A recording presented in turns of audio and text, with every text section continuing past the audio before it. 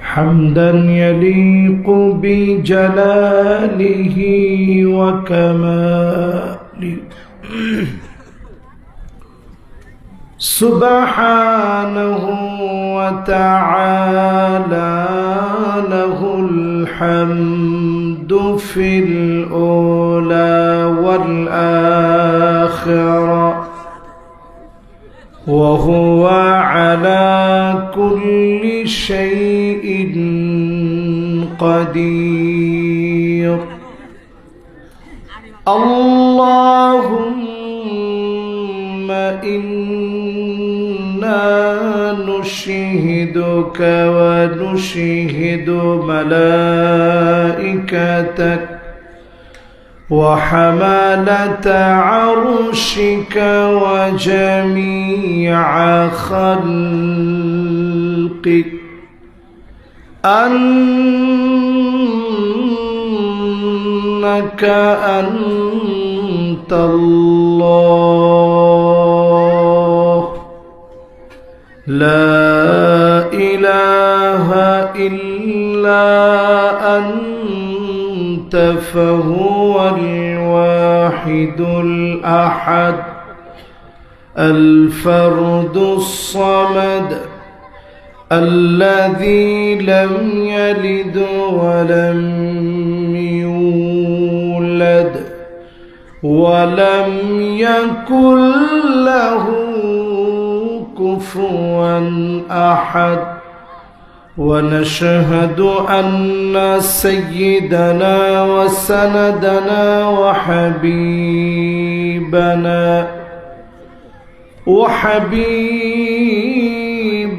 ربنا وطبيبنا وطبيب قلوبنا محمد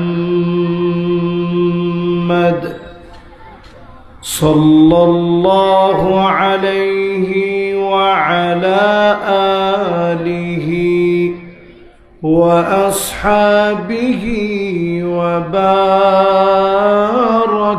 وسلم الذي أرسله بالحق بشيرا ونذيرا وداعيا إلى الله بإذنه وسراجا منيرا. فقد قال الله تعالى في كلامه المجيد وفي فرقانه الحميد.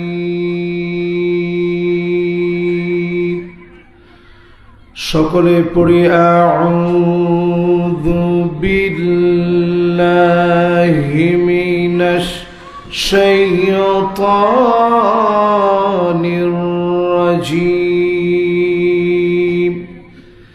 বিসমিল্লাহির রহমানির রহিম।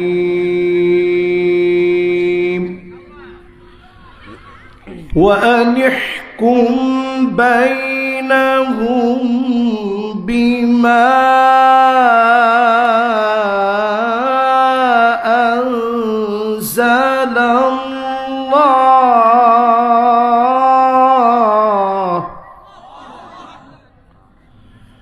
ولا تتبع أهواءهم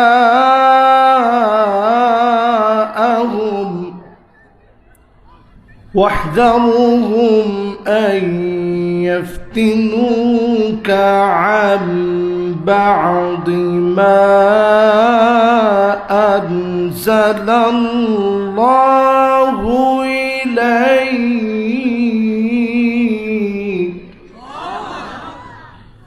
فإن تولوا فاعلم أنما يريد الله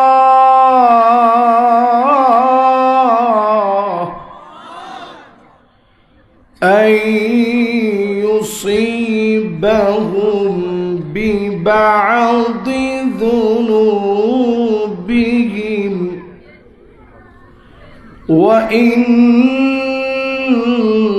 كثيرا من الناس لفاسقون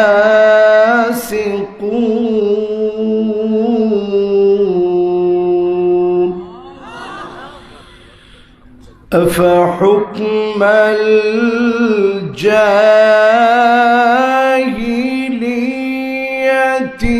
يبغون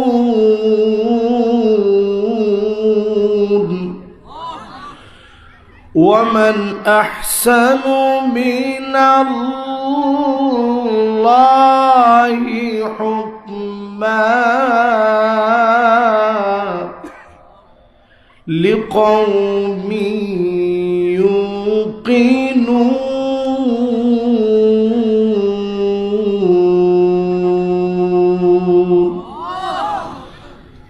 সকলে মিলে পড়ি সাদাকাল্লাহুল আযীম وقال تعالى في شان حبيبه مخبرا وآمرا إن الله وملائكته يصلون على النبي يا أيها الذين آمنوا صلوا عليه وسلموا تسليما اللهم صل على محمد وعلى آل محمد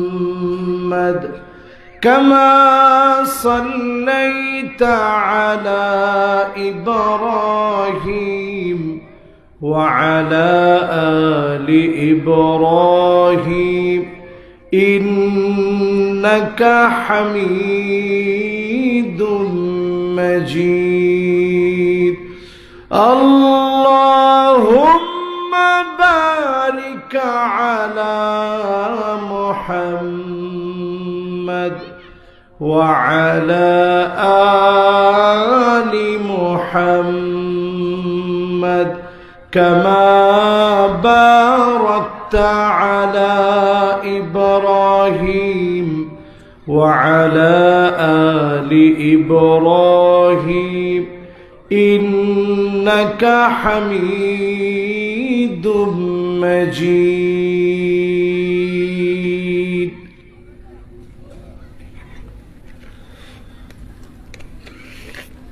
আজকের এই মোবারক মাহফিল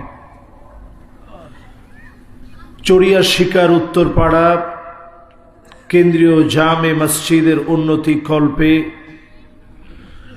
16তম বার্ষিক তাফসীরুল কোরআন মাহফিলের আজকের এই মোবারক আয়োজনের সম্মানিত সভাপতি আলহাজ আব্দুল্লাহ জুবায়ের শাহিন, বিশিষ্ট সমাজসেবক মুহতারামি ও মুকাররামি, সম্মানিত বিশিষ্ট ব্যবসায়ী সমাজসেবক, ওনার জন্য আমরা দোয়া করছি দ্বীনের কল্যাণে, ইসলামের জন্য আল্লাহ রাব্বুল আলামিন ওনাকে যেন কবুল আর মঞ্জুর করেন। সকলে পড়েন আমিন। আজকের এই মাহফিলের সম্মানিত প্রধান অতিথি জনাব মোহাম্মদ আব্দুস সাত্তার সুলতান সাহেব, বিশিষ্ট সমাজসেবক, ওনার জন্য আমরা দিল থেকে দোয়া করি রব্বে করিম যেন ওনাকেও হায়াতে তয়্যিবা সিহ্হা ওয়াল আফিয়া দান করেন। পড়েন আমিন। এই মাহফিলে যিনি আজকে উপস্থিত হয়ে আপনাদেরকে ধন্য করার কথা ছিল, আমাদের অত্যন্ত প্রাণ প্রিয়, বাংলাদেশে গঠনমূলক খুব সুন্দর সাবলীল যারা কথা বলেন, অত্যন্ত কাবিলিয়াত ওলা আলেম যারা, যোগ্যতার সঙ্গে যারা কথা বলেন, তাদের মধ্যে অন্যতম প্রথিত যশা একজন আলেম দ্বীন হযরত মাওলানা আব্দুল হাই মুহাম্মদ সাইফুল্লাহ হাফিজাহুল্লাহ ওয়া রাআহ। আপনারা নিশ্চয়ই জানেন, মারাত্মক দুর্ঘটনা, রোড অ্যাক্সিডেন্টের মধ্য দিয়ে উনি যেইভাবে রোড অ্যাক্সিডেন্টটা করেছিলেন, ওনার গাড়িটা থেমেছিল, একটা ট্রাক এসে এতটা জোরে আঘাত করেছে, ওনার পুরা পরিবার একসাথে ছিল। পুরো পরিবার নিয়ে মাহফিল করে ফেরার পথে ময়মনসিংহে মাহফিল শেষ করে ওনার খালার বাড়ি থেকে ওনার স্ত্রী এবং 3 সন্তান সহ ওনার 3 কন্যাকে নিয়ে যখন ফিরছিলেন, মারাত্মক রোড অ্যাক্সিডেন্টের কারণে উনি আজকের এই মাহফিলে আসতে পারেনি। চোখে প্রচন্ড আঘাত পেয়েছে। আমার মাহফিল ছিল গতকালকে মাগরিবের পরে, ছিল সেই ত্রিশাল। সেইখান থেকে পরের মাহফিল ছিল ভালুকায়। মাহফিল শেষ করার পর প্রিয় ভাই যখন ফোন দিলেন, আমার আজকের মাহফিল ছিল ময়মনসিংহে, এটা ক্যান্সেল হওয়াতে উনি কোত্থেকে খবর পেলেন ফেসবুকে, উনি আজকের এই মাহফিলটা যখন খবর দিলেন এবং বললেন এটা যেতেই হবে, আমি চিন্তা করলাম আজকের একটা রজনী অন্তত একটু রেস্ট করে আমি কাটাই। কিন্তু উনি যখন প্রচন্ড ভালোবাসা থেকে অনুরোধ করলেন, আমি চিন্তা করলাম অন্তত একটা রজনী, এই রজনীতে একটু আপনাদেরকে নিয়ে কথা বলি। এখানে আজকে আমার আসার কথা ছিল না। রিজিক আল্লাহ রাব্বুল আলামিন ঠিক যেখানে লিখছেন এখানে আপনাকে যেতেই হবে, ঠিক কিনা বলে? আমি একটু অবাক হয়েছি। এইখানে যখন আমি আসলাম, এখানকার একজন আমারে বলতেছিল যে হুজুর, আমরা আপনাকে দাওয়াত দেওয়ার জন্য সিদ্ধান্ত নিয়েছিলাম 2 মাস আগে এবং যোগাযোগও করেছিলাম, কোনোভাবে যখন আপনাকে পাচ্ছিলাম না তো চিন্তা করলাম আপনাকে তো আর পাওয়া যাচ্ছে না। তো দেখেন ঠিকই রিজিকের টানে আল্লাহ রাব্বুল আলামিন আপনাদের মাঝে কথা বলার জন্য নিয়ে আসছে, আলহামদুলিল্লাহ। তো এই মাহফিলে আমার প্রিয় যে ভাইটা অসুস্থ আছেন, আপনারা মন থেকে দোয়া করবেন। প্রতিমধ্যে যখন চলবেন সব সময় আল্লাহর কাছে দোয়া পড়ে নেবেন। কারো বিপদ দেখলে নবীজি একটা দোয়া শিখাইছেন, সবাই আমার সঙ্গে পড়েন, আলহামদুলিল্লাহিল্লাযী আফানি মিম্মা ইবতালাকা বিহি ওয়া ফাদ্দালানি আলা কাসীরিম মিম্মান খলাকা তাফদীলা। আমরা আল্লাহর কাছে, নিজের আল্লাহর কাছে পানা চেয়ে নিলাম। আমার ভাইয়ের জন্য আমরা দোয়া করি, অতি তাড়াতাড়ি আল্লাহ রাব্বুল আলামিন যেন শিফায়ে কামিল আদিল আজিল যেন আল্লাহ নসিব করে দেন, পড়েন আমিন। এই মাহফিলে যতজন মেহমান আজকের এই মাহফিলে কথা বলেছেন, কথা রেখেছেন, উপবিষ্ট হয়েছেন যারা, শুনছেন পর্দার অন্তরালে আমার মা বোনেরা, সকলকে মোবারকবাদ জ্ঞাপন করছি। সূরা মায়েদা থেকে 2টা আয়াত আমি তেলাওয়াত করেছি। বলেন তো কয়টা আয়াত? এই 2টা আয়াতকে ঘিরে আজকের মাহফিলে বিমাশিয়াতিল্লাহি তাআলা ওয়া বিতৌফিকিহি আপনাদেরকে নিয়ে কথা বলবো, যদি আল্লাহ তৌফিক দান করেন ইনশাআল্লাহ। পড়েন, আসুন আমরা সবাই মিলে জবান খুলে মহাব্বতের সুরে সকলে মিলে পড়ি কালিমাতুশ শুকর আলহামদুলিল্লাহ। সকলে নবীজির নামে একটাবার দরুদ শরীফ পড়ি, সবাই পড়ি মুহাম্মাদুর রাসূলুল্লাহ সাল্লাল্লাহু আলাইহি ওয়াসাল্লাম। আমি আপনাদেরকে খুব বেশি লম্বা সময় দিতে পারবো না। আমি আসছিলাম অনেক আগে এবং আমার মাহফিলের একটা সিস্টেম আছে, আমি খুব বেশি রাত করে মাহফিল করি না। সচরাচর করি না আর কি, একান্ত বাধ্য হয়ে গেলে তো কিছু করার থাকে না। আমার সঙ্গে এই মাহফিলের শুরু থেকে কথা ছিল 9টায় আমাকে মাহফিলে দেওয়া হবে। এতে করে আমি যদি 2 ঘন্টাও বয়ান করতাম, 11টা বয়ান করলে 9টা থেকে 11টা 2 ঘন্টা হতো। এখন অলরেডি 10:30টার উপরে বাজতেছে। আর আমার পেরেশানি হচ্ছে আগামীকাল পর্যন্ত সে লম্বা লালমনিরহাট কেমনে যাব, এই পেরেশানি। সব মিলিয়ে খুব বেশি লম্বা সময় কথা বলার সুযোগ নেই। দুঃখিত আমি, যেহেতু আজকে আমি এমনি মেহমান, আরো মেহমান হয়ে আসছি। অল্প সময়ে স্বল্প কথায় যতগুলো কথা বলবো, আল্লাহ পাক যেন অল্প সময়ে বেশি লাভ হয় এমন কথা বলার তৌফিক যেন দান করে দেন। পড়ে না আমিন। আল্লাহ রাব্বুল আলামিনের সাথ করেন,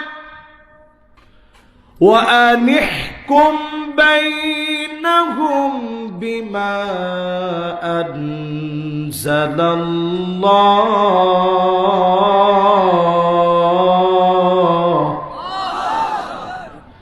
নবী বিচার করা লাগবে কোরআন দিয়ে। এই যে আমার হাতের কোরআন, এই কোরআন দিয়ে বিচার করতে হবে, এই কথাটা কার? সবাই কিন্তু একটু আওয়াজ নিয়ে বলতে পারেন না। সিরাজগঞ্জে আমি বহু মাহফিলে আসছি, আপনারা দেখছেন আমারে, বহুত মাহফিলে সিরাজগঞ্জে আমি আসছি। সিরাজগঞ্জের শ্রোতা কিন্তু মরা ডরা শ্রোতা না, করে না কো ডুস ডাস, মারে না কো ফুসফাস, গোটা দই আনত তেরে মেরে ডান্ডা করে দেব ঠান্ডা। এই দোরাসাব মার্কা মুসলমান অন্তত সিরাজগঞ্জের মাটিতে নাই বলে আমি মনে করি। হ্যাঁ, ও না না, 15 বছর তো আমি একবার 2বার আসি নাই তো। এই যে এইখানে পাশেই, এই 1 বছর আগে মানে এর পাশেই আমি আসি। পাঁচলাইতে অনেকবার আসছি, পাঁচলিয়ায়, কালীপুরে আসছি কতবার। তার মানে এই আশেপাশের সব জায়গাতে আমি আসছি। আপনাদের মাহফিলটি একটু আমার জন্য নতুন। এই মাহফিলে একটা শ্রোতাও আমরা আওয়াজ ছাড়া থাকবো না। হিম্মত নিয়ে বলেন তো, বিচার করা লাগবে কি দিয়ে? এই কথা আমি বলি নাই। আল্লাহ রাব্বুল আলামিন সূরা মায়েদার ভিতরে 1450 বছর আগে কোরআন নাজিল করে দিয়ে জানায় দিলেন, ওয়ানিহকুম বাইনাহুম বিমা আনজালাল্লাহ। বিচার করা লাগবে কোরআন দিয়ে। আজ 53 বছর পার হয়ে যাচ্ছে, স্বাধীনতা পেয়েছি, অনেক কিছু পেয়েছি, সব দেখলাম, কোরআন দিয়ে বিচার নাই। আজকে যদি কোরআনের দিকে আপনি আসেন, আপনাকে যিনি বিজয়ের জন্য কবুল করবেন তিনি কে? এই বিজয় আল্লাহ লোক দেখেন না, এই বিজয় আল্লাহ সংখ্যা দেখেন না। এই বিজয় অর্জনের জন্য আল্লাহ পাক দেখেন চেষ্টা।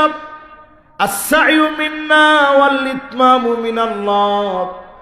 চেষ্টা যখন আপনি করবেন, দিনের জন্য বিজয়ী বানায়া যিনি কবুল করে নেবেন তিনি কে? এবার যারা আমার সঙ্গে মাহফিলে টুকটাক কথা বলতেছেন, শুনতেছেন, সবাই আরেকটু মনোযোগ নিয়ে এই মাহফিলের ভিতরে একটু আওয়াজ করে বললেন, এই বিচার যে কোরআন দিয়ে করতে হবে, এই করাটা আমাদের জন্য সুন্নত, মুস্তাহাব না ফরজ? এই তো মাশাআল্লাহ মাহফিল এখন ঠিক হয়ে গেছে। তাইলে এই কোরআন দিয়ে বিচার করার হুকুমটা কি? এই কোরআনের বিচারের জন্য তেমন বেশি লোক লাগে না। সব লোক এই কোরআনের দিকে আসবে না। আপনি যদি কোরআনের বিজয়ের পক্ষে আসেন, দুনিয়া থেকে জীবনটা যদি চলেও যায়, যিনি বিজয়ী বানায় দিবেন তিনি কে? উহুদের প্রান্তে শহীদ হয়ে গেল সাহাবীর নাম আব্দুল্লাহ। উহুদের প্রান্তে শহীদ হয়ে গেছে। আল্লাহ রাব্বুল আলামিন নিজে ডাকলেন, আব্দুল্লাহ তোমার মনটা কি চায় আমি আল্লাহকে বলো, তোমার মনটা কি চায় আমাকে বলো। আব্দুল্লাহ বললেন, আল্লাহ উহুদের প্রান্তে যেমন করে জীবনটা দিয়ে দিয়েছি, আল্লাহ আবার আপনি সুযোগ করে দেন, আবার জীবনটা উহুদের প্রান্তে আবার যাব, আবার বিলায় দিব। 1000 বার আপনি জীবন দিবেন, 1000 বার দিন বিজয়ের জন্য বিলায় দিব, 1000 বার শহীদ হয়ে যাব। আল্লাহ রাব্বুল আলামিন জানায় দিলেন, ফয়সালা চূড়ান্ত হয়ে গেছে। দুনিয়ায় একবার গেলে আর ফিরে আসা যায় না। একবার দুনিয়া আসা যায়, চলে গেলে আর ফিরে আসা যায় না, পুনর্জন্ম গ্রহণ করা যায় না। সঙ্গে সঙ্গে আল্লাহ পাক আব্দুল্লাহকে বললেন, আব্দুল্লাহ শোনো, তোমার মর্যাদা আমার কাছে অনেক বেশি। এই দিন বিজয়ের জন্য তুমি কষ্ট করেছ, জীবন আল্লাহর রাহে বিলায় দিয়েছ। আল্লাহ নবীর কাছে আল্লাহ ওহী নাজিল করে জানায় দিলেন, আব্দুল্লাহর সঙ্গে আমি সরাসরি কথা বলেছি। আব্দুল্লাহ বারবার উহুদে যেতে চান, জীবন বিলায়ে দিতে চান। আমি জানায় দিয়েছি, একবার দুনিয়া থেকে আসলে কোনো দিনের জন্য আর দুনিয়ায় ফিরে যাওয়ার সুযোগ থাকে না, ঠিক কিনা বলে? নবীজি দামের কথা শুনে আব্দুল্লাহ রাদিয়াল্লাহু তাআলা আনহুর সন্তান জাবির বিন আব্দুল্লাহ উনাকে ডেকে আনলেন। জাবের, তোমার আব্বার দাম আল্লাহর কাছে এত বেড়ে গেছে, স্বয়ং আল্লাহ রাব্বুল আলামিন তোমার আব্বাকে ডেকে কথা বলেছে। জোরে বলেন আল্লাহু আকবার। জাবেরের চোখগুলো ছলছলে হয়ে গেছে। আমার আব্বার দাম এত বেড়ে গেছে, জীবনটা আল্লাহর রাহে দি আমার আব্বারে আল্লাহ ডেকে কথা বলে। জোরে কোন আল্লাহু আকবার। নবীজি বললেন, জাবের রে, তোমার জন্য আমি কি করতে পারি? জাবের রাদিয়াল্লাহু তাআলা আনহু বললেন, ওগো নবীজি, আব্বা উহুদের প্রান্তে শহীদ হয়ে গেছে, তেমন কিছু রেখে যেতে পারে নাই। অনেক পাওনাদার, অনেক টাকা পয়সা পাবে। নবীজি বললেন, জাবের ঘরের ভিতরে কি আছে? সামান্য কয়টা খেজুর ছাড়া কিছুই নাই। কিছু খেজুর আছে। সঙ্গে সঙ্গে নবীজি বললেন, জাবের ঘরের ভিতরে যাও, খেজুর গুড়া নিয়ে আসো। আল্লাহর নবী খেজুর গুড়ার ভিতরে ফু দিয়ে একজন একজন করে পাওনাদারকে ডাকলেন, বিসমিল্লাহ বলে ফু দিলেন, নিজ হাতে ওজন করলেন, একজন একজন করে বিদায় করলেন। নবীজির বরকতি হাতে ওজন করে করে বিদায় করে দিলেন। সামান্য খেজুর দিয়ে সব পাওনাদারদের পাওনা পরিশোধ হয়ে গেল। অবশিষ্ট খেজুরগুলো জাবের রাদিয়াল্লাহু তাআলা আনহুকে নবীজি নিয়ে যেতে বললেন। এই জমিনে যারা দিন কায়েমের জন্য ক্লান্ত পরিশ্রম করেছে, তাদেরকে যিনি চিরস্মরণীয় বানায় রেখেছেন তিনি কে? আরেকজন সাহাবীর কথা শোনাই, মুসাব বিন উমাইর। কষ্ট হচ্ছে আপনাদের? বাবারা মেহরবানি করে আমার মাহফিলে কিন্তু কথাবার্তা হয় না। থাক, অসুবিধা নেই, এটা ভলান্টিয়ারদের দায়িত্ব। ভলান্টিয়ার যারা আছেন মেহরবানি করে একটা আওয়াজ হবে না। আমি কিন্তু মাহফিলে বসার পরে খুব গরম, রুমের ভিতরে বসা অবস্থায় খুব নরম, যা বলবেন আমি শুনতে রাজি। মাগার মাহফিলের মাইক যখন আমার হাতে আসে, আমার জীবন চলে গেলেও কোরআন হাদিসের বাহিরে একটা কথাও এই মাইক থেকে বিগত দিনে বলি নাই, এখন তো সম্ভবই না। ঠিকও তো কয় না। এই জন্য যারা এদিক সেদিক আছেন মেহরবানি করে বাবারা সব বসতে হবে। আমরা সব গুনাহগার, দাঁড়ায় থাকার মতো কোনো বড় রকমের কিছু আমরা হয়ে যাইনি, সব বসে পড়ি।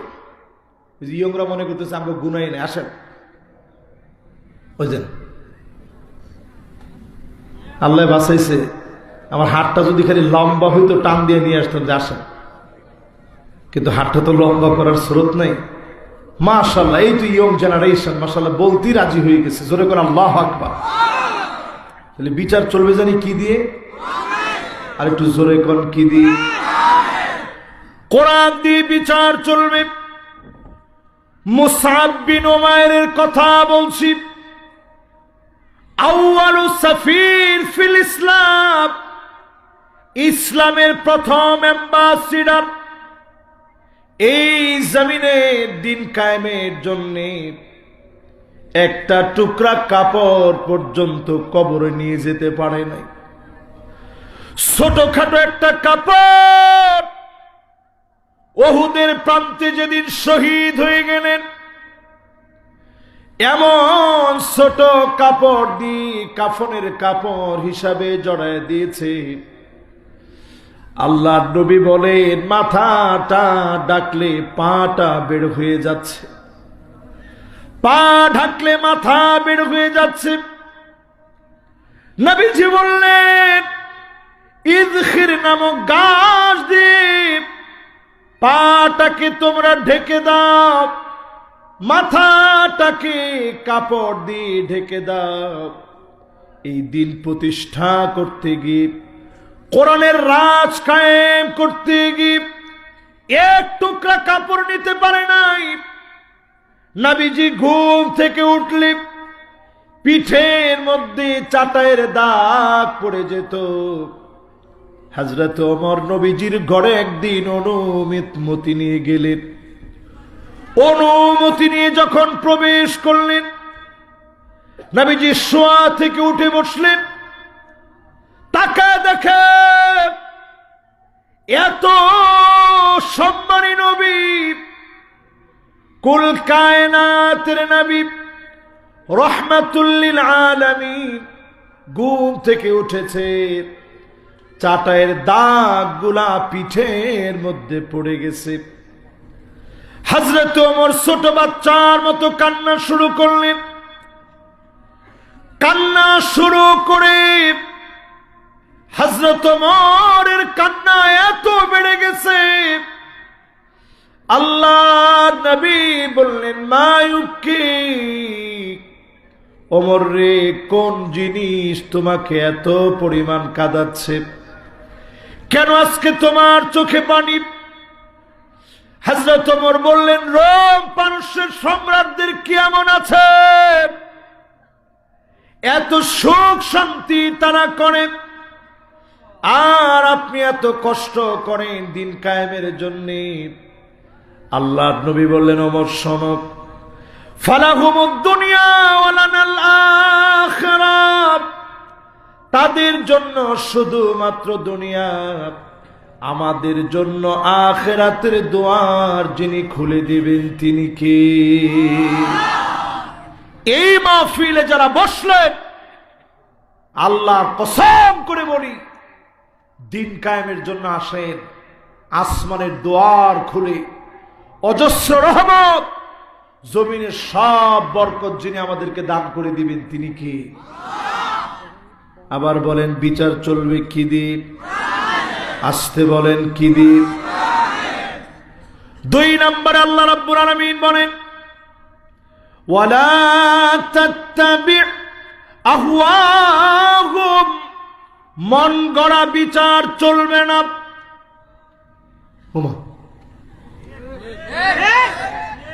কার কথা? সবাই হা করে বসে আছে। হুজুরের চেহারাটা আগে দেখি।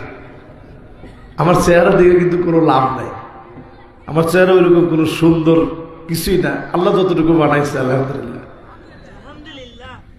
আচ্ছা কোন মন গড়া বিচার চলুক চান? না না না, চান তো আপনারা, শুধু ক্যামেরাম্যান দুইজন চায় না, আর আপনারা সবাই মন গড়া বিচার চান। 16 বছর অনেকে ঘরের মধ্যে ঘুমাইতে পারেন নাই। এটা কি ঠিক না বেঠিক? 16টা বছর অনেকের নামে মিথ্যা মামলা হামলা প্রতিনিয়ত হয়েছে, ঠিক কিনা? এই মন গড়া বিচার যদি জীবনে কোনোদিন আর না চান, আল্লাহ পাক এবার সুযোগ দিয়েছে, এই সুযোগ যদি কাজে না লাগান, আজকের সিরাজগঞ্জের মাহফিলে পরিষ্কার লিখে রাখেন, আগামী 50 বছরেও ভাগ্যের পরিবর্তন এ জাতির হবে না, ঠিক কিনা বলে? মাশাআল্লাহ, এখন দেখি একটু ঠিকঠাক জোরে জোরে বলতেছি। সব ঠিকঠাক জোরে জোরে বলবেন। আমি আলেমদেরকে মনে করায় দিতে চাই, মন গড়া নীতির দিকে আর একটা কদম যেন লোকেরা না যায়।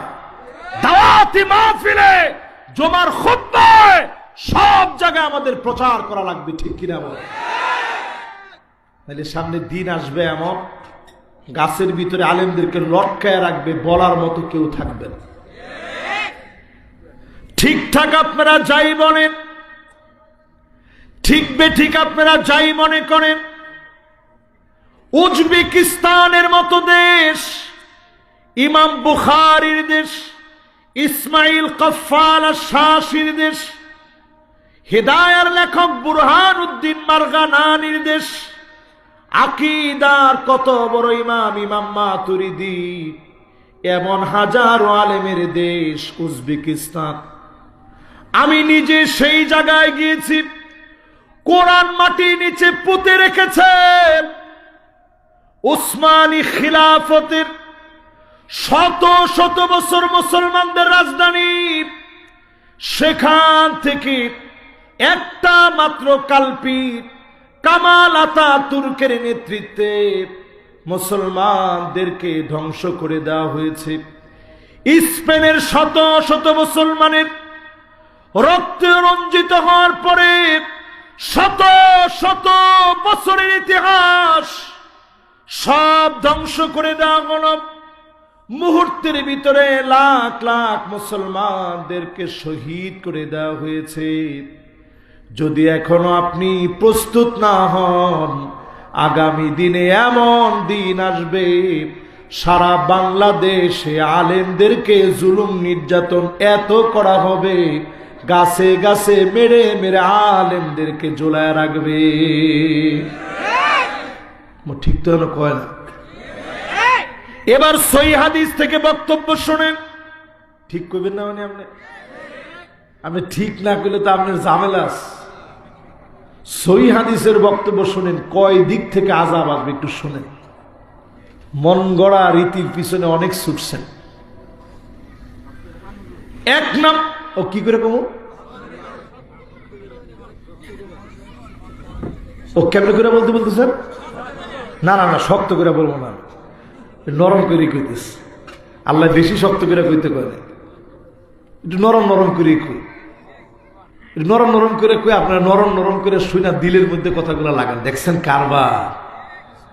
মাহফিলে এসে শক্ত কথা শুনবেন, এই শক্ত কথার পরে শক্ত কথার আমল করতে পারবেন তো ইনশাআল্লাহ? আমি খালি এটা দেখি, যতজন এই মাহফিলে বসলেন, 3 ধরনের আযাব আসবে দুনিয়াতে।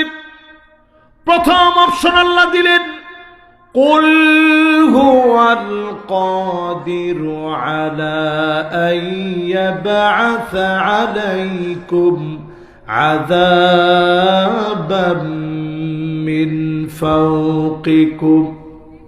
আল্লাহ বলছেন নবী আযাব আসবে উপরের দিক থেকে। কোত্থেকে? উপরের দিকের আযাব নিয়ে নাসার বিজ্ঞানীরা গবেষণা করল এই আয়াত নিয়ে। উপরের দিকের আযাব কেমন হবে? নাসার বিজ্ঞানীরা গবেষণা করে অবাক হয়ে গেছে। পাথরগুলো আল্লাহ পাক বেল্টের ভিতরে বেঁধে রাখছে। বিচ্ছুরিত হলে এক একটা প্রদেশ মুহূর্তের ভিতরে ধ্বংস হয়ে যাবে। হঠাৎ করে দেশ থেকে দেশ শেষ হয়ে যাবে। এই পৃথিবীর দিকে তারকাগুলো নিক্ষিপ্ত হবে, উল্কি পিণ্ডগুলো পড়বে, ঠাডা পড়বে, শিলা বৃষ্টি আসবে, বছর জুড়ে বৃষ্টি হবে, জমিন তার উর্বরতা হারায় ফেলবে। এই জমিনের ভিতরে দুর্ভিক্ষ নেমে আসবে। এমন আযাব গজব যিনি দিতে সক্ষম তিনি কে?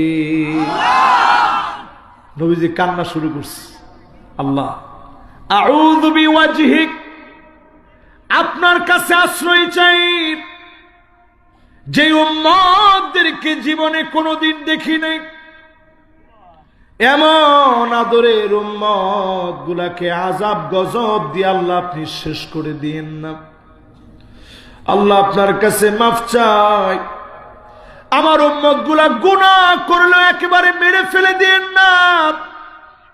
আল্লাহ কবুল করে নিলেন। এজন্য এত অপরাধের পরেও উপর থেকে যিনি আযাব দিয়ে সবাইকে একবারে শেষ করে দেন না তিনি কে? অপশন জানি কয়টা? কয়টা? এক নাম্বার অপশন, উপর থেকে আযাব আসবে। নবীজি কইছে আল্লাহ দিয়ে। বাকি আছে কয়টা? দুই নাম্বার অপশন, আও মিন তাহতি আরজুলিকুম, নিচ থেকে আযাব আসবে। এমন আযাব আসবে ভূমিকম্প হবে, কিয়ামতের আগে বড় বড় ভূমিকম্প হবে। এই জমিন তার উর্বরতা হারায় ফেলবে। এই জমিনের ভিতরে ভূমি ধস হবে, সাইক্লোন হবে, টর্নেডো হবে, ঘূর্ণিঝড় হবে, কত রকমের আযাব গজব নতুন নতুন আসবে। করোনার মতো মহামারী জমিনের ভিতরে ছড়ায় পড়বে, জম্বি ভাইরাসের মতো ভাইরাস ছড়ায় পড়বে, নতুন নতুন কত আযাব ছড়ায় পড়বে। যখন এই আয়াত নাজিল করা হলো সঙ্গে সঙ্গে আল্লাহ রাব্বুল আলামিনের হাবিব বললেন আউযু বিওয়াজহিক, আল্লাহ আপনার কাছে পানা চাই, একবারে নিচ থেকে আযাব দিয়ে সব উম্মতদেরকে মেরে ফেলে দিয়েন না।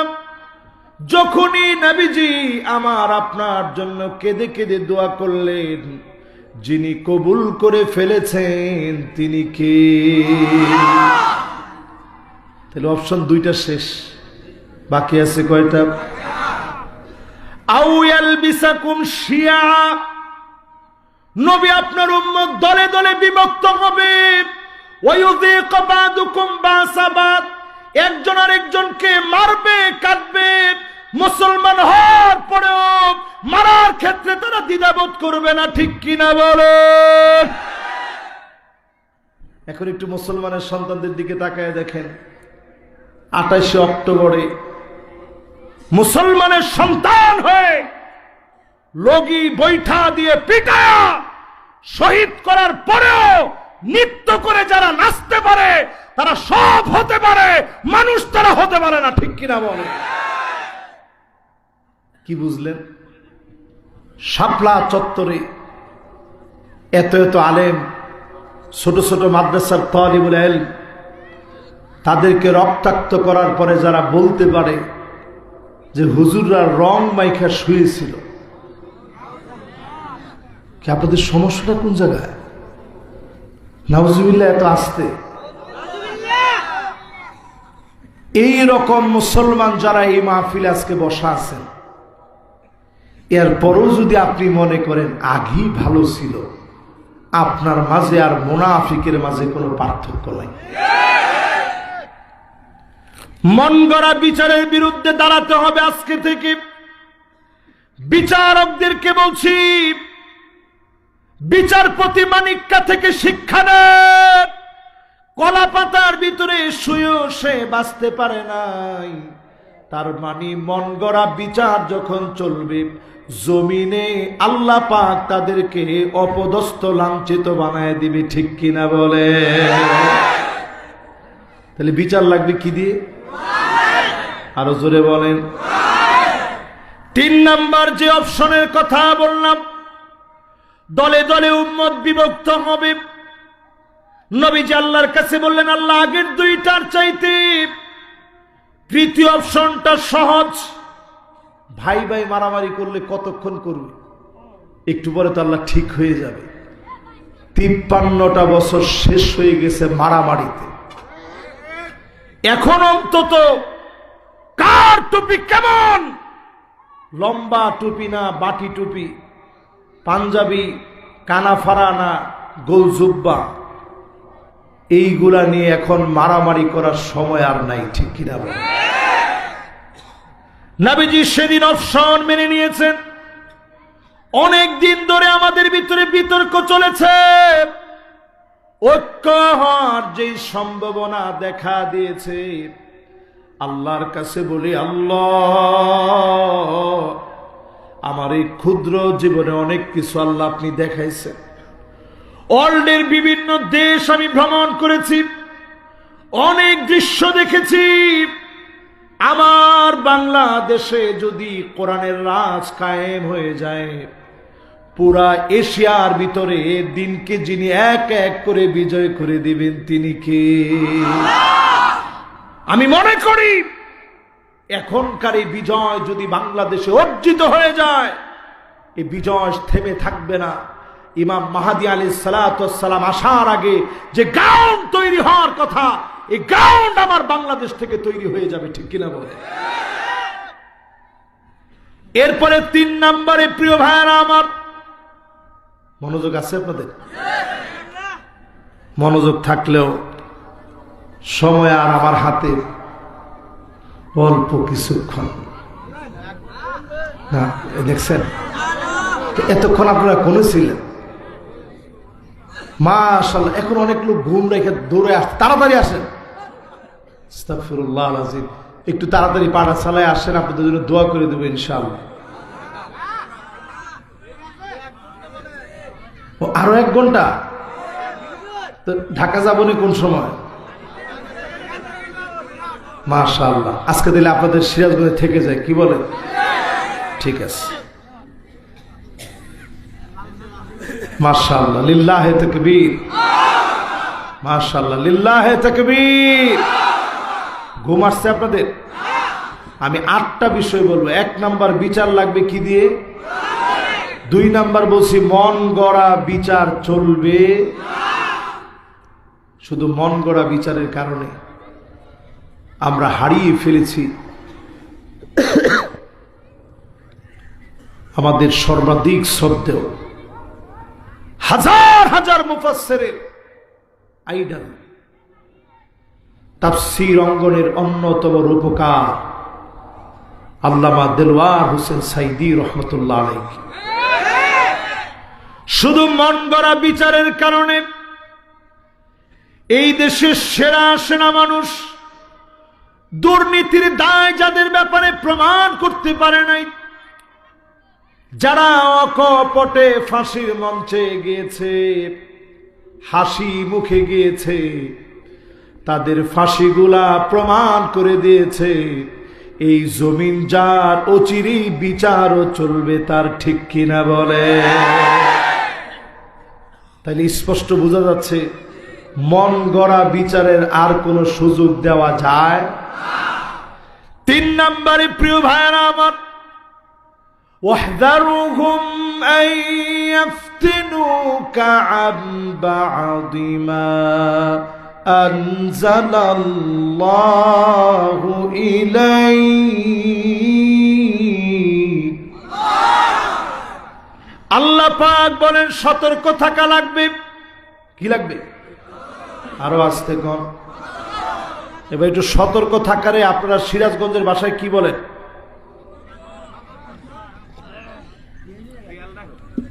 একজনে কইছে খেয়াল রাখা, মাশাআল্লাহ, খারাপ করলে সুন্দর বলছে। আরেকজন বলছে সাবধান।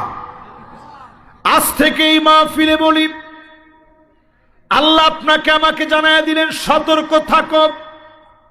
এখনো সতর্ক থাকেন। আমার দেশের চট্টগ্রামকে যারা নিয়ে যেতে চায়, দেশের চারপাশে যাদের শক্তি, আমার দেশকে যারা বন্ধু মনে না করে শত্রু মনে করে, আমার দেশের প্রভু যারা হতে চায়, এই মাহফিল থেকে পরিষ্কার বলি, কোন জালেমের জুলুম আর মেনে নেওয়া হবে না। ঠিক কিনা বলে?